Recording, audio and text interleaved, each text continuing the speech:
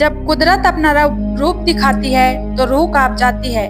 और ऐसा ही कुछ हुआ था फ्लाइट 571 के साथ। यह प्लेन एक बर्फीली पहाड़ी पर क्रैश हुआ, जमीन से हजारों फीट ऊपर। और इस क्रैश में जो पैसेंजर बचे, उनके पास खुद को बचाने के लिए सिर्फ एक ही चारा था, अपने ही फैमिली मेंबर्स और यार दोस्तों का मांस खाना। फ्लाइट 571 की कहानी, चाहे इसे आप दुनिया का सबसे बड़ा चमत्कार कहे या मानव इतिहास की सबसे बड़ी क्रूरता, लेकिन इस कहानी को सुनकर आपकी रूह कांप जाएगी।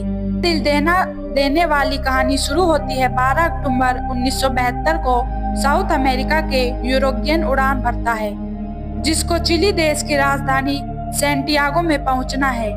इस प्लेन में बैठे हैं रिग्बी प्लेयर्स और उनका मैच देखने जा रहे हैं उनकी फैमिली मेंबर्स, उनके रिलेटिव्स और उनके यार दोस्त। इस प्लेन में टोटल 45 पैसेंजर्स हैं, जिनमें 9 क्रू मेंबर्स हैं। यह फ्लाइट 3 घंटों में अपनी डेस्टिनेशन पर पहुंच जाएगी, लेकिन रास्ते में इसको एंडीज की पर्वतमालाओं को पार करना होगा। लेकिन दुर्भाग्य से आगे चलकर मौसम खराब मिलता है। इस वजह से इस फ्लाइट को रास्ते में ही अर्जेंटीना के मेडोंजा शहर में लैंड कराया जाता है। रात भर वहीं रुकती है और अगले दिन यानी 13 अक्टूबर को उड़ान भरने के लिए तैयार होती है। लेकिन परेशानी यह है कि अभी भी मौसम खराब है। लेकिन अच्छी बात यह है कि इस फ्लाइट को जो पायलट है वह इस रूट से पहले भी 29 बार उड़ान भर चुका है। इस वजह से उसे पूरा आइडिया है कि इन इंडीज की पहाड़ियों को कैसे पार करना है। पायलट के कॉन्फिडेंस की वजह से यह फ्लाइट 13 अक्टूबर को दोपहर 2:01 पर फिर से उड़ान भरती है। यहाँ के सैंटियागो पहुँचने में सिर्फ 1 घंटे का रास्ता बचा है और पायलट को पूरा भरोसा है कि 1 घंटे के बाद वह सही सलामत सैंटियागो में पहुँच जाएंगे। यह प्लेन करीब 18,000 फीट के एल्टीट्यूड पर उड़ रहा था और धीरे धीरे एंडीज की पहाड़ियों को पार करता जा रहा था। लेकिन आगे चलकर मौसम और खराब होता गया, जिस वजह से विजिबिलिटी और कम हो गई और पायलट को आगे कुछ भी दिखाई नहीं दे रहा था। अगर मौसम साफ होता तो पायलट आसपास की पहाड़ियों को देखकर आइडिया लगा लेता कि प्लेन कहाँ है। लेकिन इस समय तो पायलट केवल प्लेन के इंस्ट्रूमेंट्स पर ही निर्भर है। अब क्योंकि पायलट को पता था कि वह 1 घंटे में सैंटियागो पहुंच जाएंगे, इसलिए वह अपनी लोकेशन का रफ आकलन कर रहा था। 1 घंटे के बाद जब उसे लगा कि उसने एंडीज की पहाड़ियों को पार कर लिया है, तो उसने सैंटियागो एयरपोर्ट पर एटीसी से प्लेन को लैंड कराने की अनुमति मांगी। एटीसी ने पूछा कि क्या आपने एंडीज की पहाड़ियों को पार कर लिया है, तो पायलट ने कहा कि हाँ, उन्होंने एंडीज की पहाड़ियों को पार कर लिया है। एटीसी भी पायलट द्वारा दी गई लोकेशन पर ही निर्भर थी, तो एटीसी ने प्लेन को लैंड कराने की परमिशन दे दी और पायलट से कहा कि आप प्लेन को 11,500 फीट के एल्टीट्यूड पर ले आओ। पायलट प्लेन के एल्टीट्यूड को धीरे धीरे घटाने लगा। जैसे ही प्लेन नीचे आता है तो पायलट को दिखाई देता है कि अभी तो एंडीज की पहाड़ियां ही चल रही है और सामने एक बहुत बड़ी चट्टान है। जल्दी से पायलट प्लेन को फिर से ऊपर उठाने की कोशिश करते हैं, लेकिन अब बहुत देर हो चुकी थी। प्लेन के ऊपर उठाते उठाते प्लेन का पिछला हिस्सा पहाड़ी से टकरा जाता है और वह टूटकर अलग हो जाता है।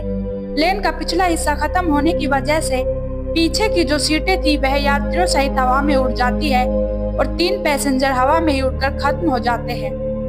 इस टकराव में प्लेन का राइट विंग भी टूट चुका था, जिस वजह से प्लेन डिसबैलेंस हो जाता है, जिस वजह से उसकी दूसरी विंग भी पहाड़ी से टकराती है और वह भी टूट जाती है।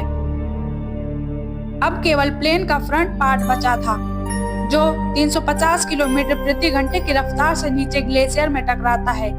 प्लेन पूरी तरह से तहस नहस हो जाता है। प्लेन के पायलट तुरंत मारे जाते हैं। 45 में से 12 लोग इस घटना में मारे जा चुके हैं और 33 लोग अभी भी जिंदा है, लेकिन इनमें से ज्यादातर बहुत जख्मी हालत में हैं और उन्हें यह भी नहीं पता कि इस समय वे कहां पर है। यह क्रैश हुआ प्लेन जमीन से 3,570 मीटर की ऊंचाई पर एंडीज की किसी अनजान पहाड़ी पर बिखरा पड़ा है। क्या वह इस पहाड़ी से बचकर निकल पाएंगे या नहीं, यह कोई नहीं जानता। अभी तक तो जो हुआ वह तो महज एक छोटा सा ट्रेलर था। इस फ्लाइट की असली कहानी तो अब शुरू होगी। आप कल्पना भी नहीं कर सकते कि आगे चलकर इनके साथ क्या होने वाला है। यह वीरान एंडीज की पहाड़ियां अब इन पर कहर बनकर बरसने वाली है। इनकी आगे की स्टोरी जानकर पैसेंजर्स में से एक पैसेंजर था नान पराडो, जिसके सिर में चोट आई थी, जिस वजह से वह कोमा में चला गया। परेशानी यह थी कि जल्द ही सूर्य ढलने वाला था और शाम होने वाली थी। इस वजह से रेस्क्यू टीम के पास उनको ढूंढने के लिए ज्यादा वक्त नहीं था और बाय चांस अंधेरा होने से पहले उनको नहीं बचाया गया तो इस बर्फीली पहाड़ी पर रात गुजारना नामुमकिन होगा, क्योंकि यहाँ का तापमान रात में -3 डिग्री सेल्सियस तक पहुँच जाता है। जल्द ही रेस्क्यू के लिए 4 जहाज रवाना किए गए। इन चारों जहाजों में एंडीज की पहाड़ियों को खंगाल डाला, लेकिन इन्हें कहीं भी कुछ नहीं मिला, क्योंकि प्लेन ऐसी जगह पर क्रैश हुआ था जहां पर सफेद बर्फ और घना कोहरा था। प्लेन भी सफेद रंग का ही था। इस वजह से ऊपर से देखने पर रेस्क्यू टीम को क्रैश साइट का अंदाजा ही नहीं हो पा रहा था। देखते ही देखते रात हो गई और उस दिन रात भर के लिए रेस्क्यू ऑपरेशन को स्थगित कर दिया गया। बचे हुए पैसेंजर्स को उम्मीद थी कि वो कैसे भी करके सिर्फ आज की रात काट ले, कल तो उन्हें कोई ना कोई बचा ही लेगा। उन्होंने क्रैश पड़े प्लेन में शेल्टर बनाया और रात गुजारी। यह रात इनके लिए बहुत भयानक थी, क्योंकि आज की रात इन्हें -30 डिग्री सेल्सियस में गुजारनी है। लेकिन इनके पास एक उम्मीद है कि कल इन्हें कोई ना कोई ढूंढ लेगा और बचा लेगा। इस उम्मीद में ये इस रात को कैसे भी करके काट लेते हैं, लेकिन 5 लोग इस रात को नहीं झेल पाते और अब जिंदा बचे हुए लोगों की संख्या 33 से घटकर 28 रह जाती है। अगले दिन की सुबह 14 अक्टूबर को सर्च ऑपरेशन फिर से चालू किया जाता है और 11 जहाज इन्हें ढूंढने के लिए उड़ान भरते हैं। लेकिन परेशानी वही थी कि क्रैश हुआ प्लेन सफेद रंग की वजह से बर्फीली पहाड़ियों में नजर ही नहीं आ रहा था। बचाव दल के जहाज सर्वाइवर्स के ऊपर से उड़कर जा रहे थे, लेकिन उन्हें वह नीचे नजर ही नहीं आ रहे। इस वजह से सर्वाइवर्स ने बचाव दल को सिग्नल देने के लिए प्लेन के ऊपर लिपस्टिक से SOS लिखने की कोशिश की, लेकिन उन्हें SOS लिखने के लिए लिपस्टिक काफी नहीं थी। इस वजह से उन्होंने अपने सूटकेसेस से बर्फ पर एक बड़ा सा क्रॉस बना दिया, ताकि वह आसमान से बचाव दल को साफ साफ दिखाई दे। उस दिन इनके ऊपर से 3 हवाई जहाज निकल कर गए, लेकिन अफसोस कि किसी ने भी इनको नोटिस नहीं किया और यह दिन भी गुजर जाता है। अगला दिन यानी 15 अक्टूबर, उस दिन भी कुछ ऐसा ही हाल रहता है। इन्हें ढूंढने में असमर्थ रहता है। अब इन सर्वाइवर्स को समझ आ चुका था कि यह बहुत बुरे फंस चुके हैं। मदद कब तक आएगी यह कहा नहीं जा सकता। इस वजह से वह प्लेन में मौजूद चीजों से सर्वाइकल की तकनीक बनाने लगे। धूप में बर्फ को पिघालने वाले वह बूंद बूंद करके पानी की व्यवस्था तो कर ले रहे थे, लेकिन खाने के लिए उनके पास ज्यादा कोई ऑप्शन नहीं थे। क्रैश के 3 दिन बाद यानी 16 अक्टूबर को नामो पराडो कोमा से जाग उठता है और जैसे ही उसे होश आता है तो उसे पता चलता है कि इस क्रैश में उसकी मां खत्म हो चुकी है और उसकी 19 साल की बहन गंभीर रूप से घायल है। दिन प्रतिदिन गुजरता जा रहा है, मदद मिल नहीं पा रही। प्लेन में जो खाना था वो भी खत्म हो चुका है। सूरज की रोशनी बर्फ से रिफ्लेक्ट होकर इनकी आंखों को डैमेज कर रही है। भूख, प्यास और असहनीय ठंड को सहते सहते अब इन्हें इस पहाड़ी पर 8 दिन गुजर चुके थे। रेस्क्यू प्लेन आते और इनके ऊपर से निकल जाते। क्रैश के 8वें दिन बाद नादुरा की बहन भी जीवन की लड़ाई में हार जाती है और अपना दम तोड़ देती है। उधर 8 दिनों के बाद सर्च अभियान को रोक दिया जाता है, क्योंकि अक्टूबर के महीने में वहां पर बहुत ज्यादा बर्फ पड़ती है। इस वजह से सर्च अभियान को 2 महीनों के लिए स्थगित कर दिया जाता है। ऑफिशियली को यह लगा कि इन 8 दिनों में सारे यात्री मारे जा चुके होंगे।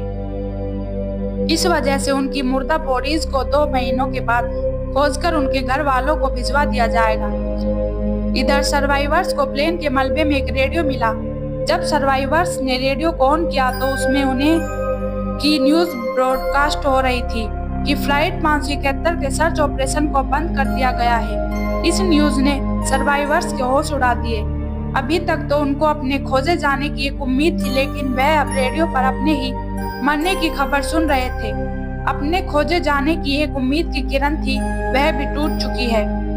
अब उनको पता है कि यहाँ पर मौत निश्चित है। अब या तो परिस्थितियों को अपने ऊपर हावी होने दो या उनका डटकर सामना करो। उनकी सीटों को फाड़कर उसकी रुई को अपने कपड़ों से भरकर ठंड से बचने की कोशिश की। सीट कवर्स को पैरों से लपेटकर बर्फ में चलने के लिए जूते बनाए। सबसे बड़ी दिक्कत खाने की थी। अब जिंदा रहने के लिए इनके पास सिर्फ एक ही ऑप्शन था, वो करना जो इतिहास में कभी भी किसी ने नहीं किया, जिसके बारे में आज सोच भी नहीं सकते।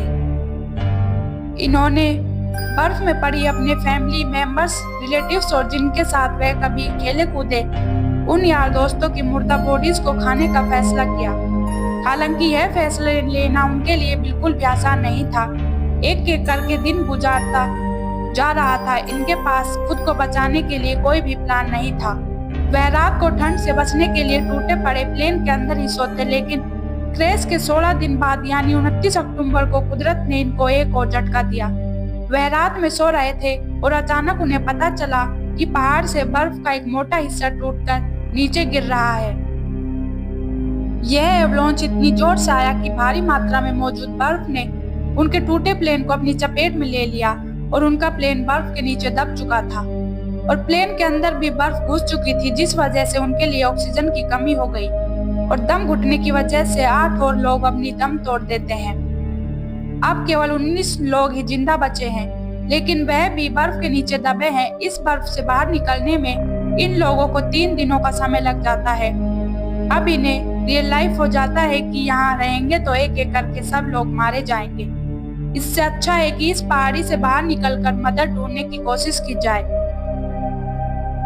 उन लोगों में ज्यादातर सभी जख्मी हालात में थे, इस वजह से वह इस पहाड़ी को पार करने में सक्षम नहीं थे। लेकिन 3 लोग ऐसे थे जो कम चोटिल थे, इस वजह से उन तीनों ने इस पहाड़ी से बाहर निकलकर मदद लाने का फैसला किया। उन्होंने रास्ते के लिए मांस के टुकड़े अपने साथ लिए और उनको ठंड से बचने के लिए सबसे मोटे कपड़े दिए गए। क्रैश के 33 दिनों के बाद यानी 15 नवंबर को यह 3 लोग मदद ढूंढने के लिए निकल पड़ते हैं।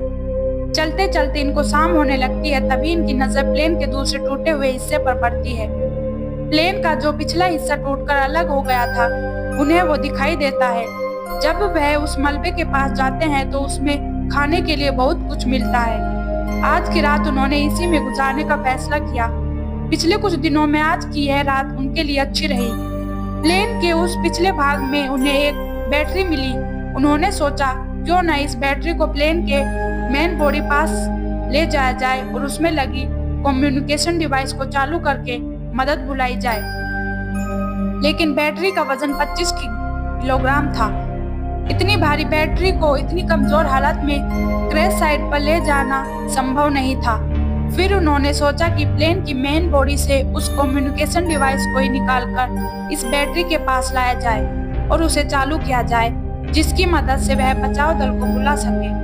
कुछ दिनों तक इन्होंने इसे चालू करने की कोशिश की, लेकिन इन्हें सफलता नहीं मिली।